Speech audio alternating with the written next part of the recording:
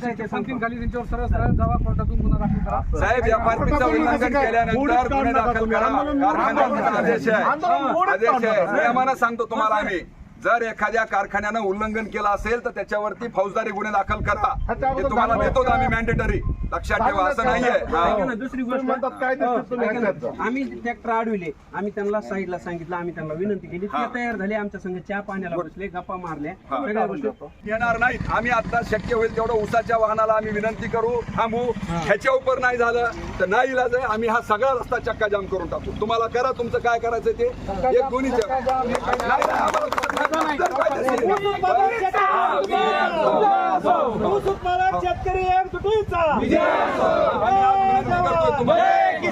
आम्ही ठेवणार नाही. आम्ही बाकीच्या वाहनाला अडविणार नाहीये साहेब. समजूतदारीने घेऊ. अडवू नका. कायदेशीर साहेब, आता साहेब, आता तुम्ही कायद्याची भाषा बोला. आता आमचं नाही